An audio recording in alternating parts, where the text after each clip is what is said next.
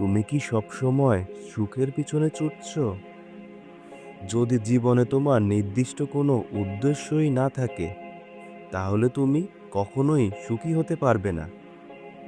ভিডিওটিতে বিশ্লেষণ করার চেষ্টা করেছি কিভাবে তুমি নিজের জীবনের উদ্দেশ্য তৈরি করবে।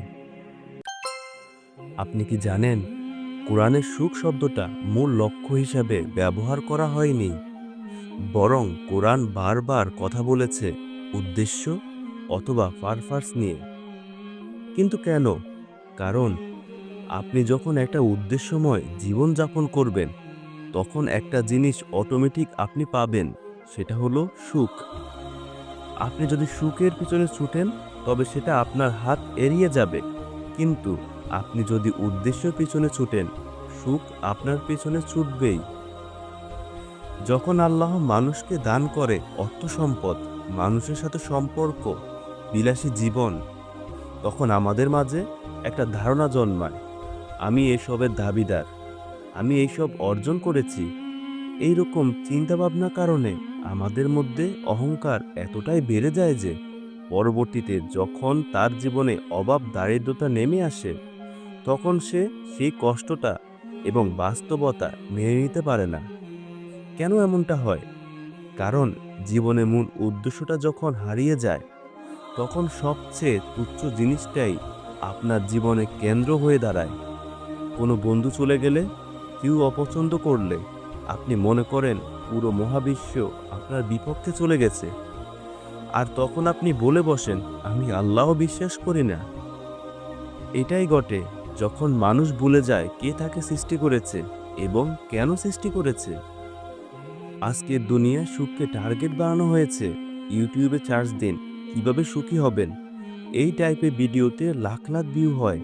সবাই বলতে চায় সুখের সিক্রেট ফর্মুলা, আর এইসবের কাস্টমার এই সমাজে অনেক বেশি। কিন্তু কোরআন সেটা বলে না। কোরআন বলে জীবনের উদ্দেশ্য কি।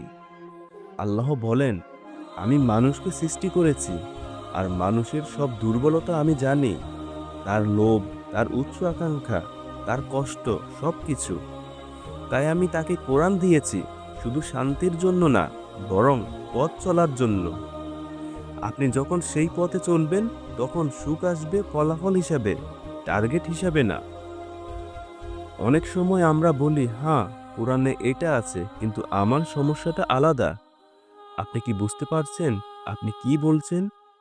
আপনি বলতে চাচ্ছেন, হে আল্লাহ, আপনি যা বলেছেন তা আমার জন্য যথেষ্ট স্পেসিফিক না, আমি তার চেয়ে বেশি স্পেশাল।